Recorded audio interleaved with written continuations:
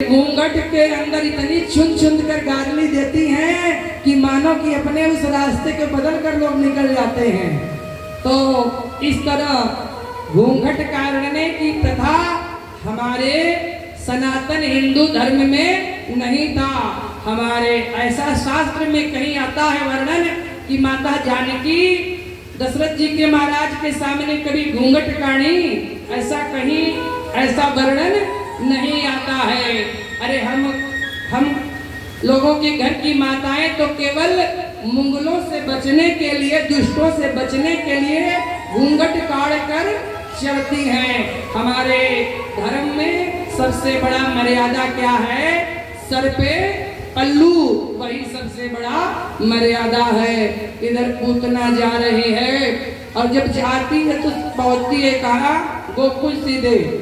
और गोकुल में जब जाती है तो वाह, गोकुल के सीमा में जब प्रवेश की तो नंद बाबा के महल के तरफ जब बढ़ी तो देखती है कि इस महल से तो बड़े लोग आ रहे हैं, जा रहे हैं। समझ गई किसी घर में छोरा हुआ है। तो उस समय अपने तन पे जहर लगाकर जाती है भगवान को मारने के लिए। और जहर लगाकर, और उस समय जो ब्रज की गोपियां कहा कहती हैं कि देखो जरा भाई, नंद के घर में छोरा हुआ और लग रहा है कि ये देवी किसी बड़े राजघरानों से आ रही हैं, इतना लंबी तो मैं पहले कभी नहीं देखी। सब आपस में बात करते हुए चली जा रही हैं और भीड़ के साथ उतना अंदर चली गई। अंदर गई सो गई, पहुंचती है कहाँ?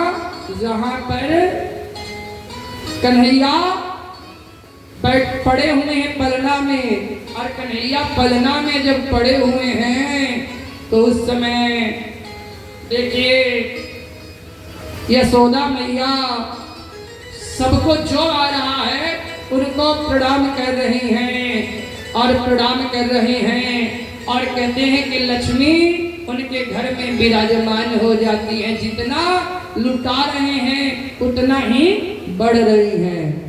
तो दोनों हाथों से ऐसा चल रहा है।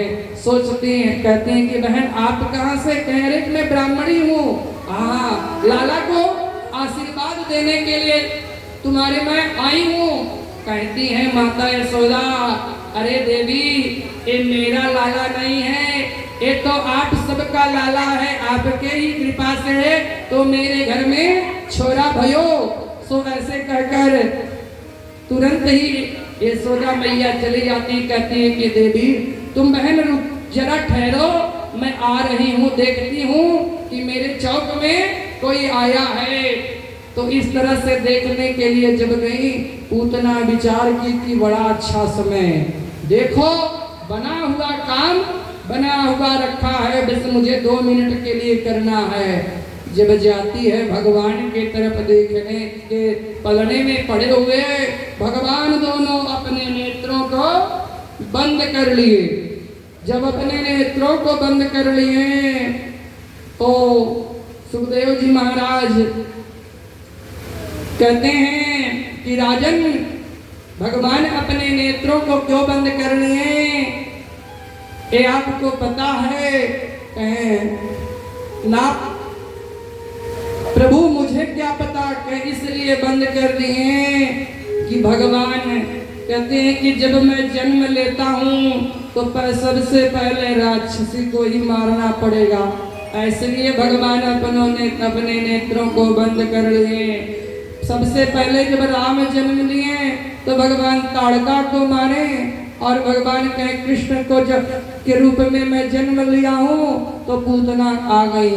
अब इनको जो है दूसरे संत अपने भाव में कहते हैं कि देखो भगवान इसीलिए अपने नेत्रों को बंद कर लिए कि मैं आया हूँ माखन मिश्री खाने के लिए, मौसी आ गई है मुझे जहर लेकर। भगवान इसीलिए अपने नेत्रों को बंद कर लिए। एक महात्मा कहते हैं कि भगवान इसलिए अपने नेत्रों को बंद कर लिए कि जो काम भगवान जो यशोदा मैया को कई वर्षों के बाद उड़ करना है और तो गति इस मैया को मुझे तत्काल ही प्रदान करना पड़ेगा। और जब ही पूतना भगवान को उठाई और भगवान को जब उठाई अपना तन पान कराने के लिए सोचती है कि 2-4 बूंद जहर का असर चला हो जाएगा, मैं छोड़कर चली जाऊंगी। और कन्हैया देखिए गटर गटर 1 बूंद 10 बूंद नहीं, 1 मिनट 2 मिनट 10 मिनट 15 मिनट हुआ। पूतना विचार करने लगी कि यह अजीब लाल छोरा है भाई। इस तो तब तक भगवान जब तन का पान करते करते पूतना के प्राणों का पान करने लगे, जब उसको सांस लेने में कष्ट होने का सो पूतना कहती है कि लाला छोड़ो, लाला छोड़ो। उस समय कन्हैया कहते हैं मौसी मोको तो पकड़ना आता है, छोड़ना तो मोको सो आता ही नहीं। और इसलिए एक बार जिसको पकड़ लेता हूँ उसको ठिकाने लगाकर ही छोड़ता हूँ। और तभी पूतना चिल्लाते चिल्लाते जब उसका ऐसा विकराल स्वरूप शरीर हुआ बढ़ने लगा और कन्हैया को लेकर उड़ गई। और कन्हैया को जब उड़ गई तो कन्हैया भी कितने चालाक हैं पता है। कन्हैया इतने चालाक हैं कि मौसी के गर्दन को पकड़ लिए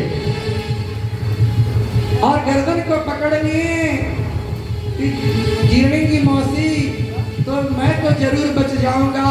और जब ही पूतना बढ़ी तो 18 किलो इतनी लंबी हो गई और विकराल स्वरूप धारण करके मानो देखिए यहाँ से उड़ी तो जाकर गिरी तो मथुरा के सीमा के पास। और वो भी जो बगीचा था वो कंस का बगीचा था। भगवान अपना कुछ भी नहीं बिगाड़ते, वो ब्रजवासियों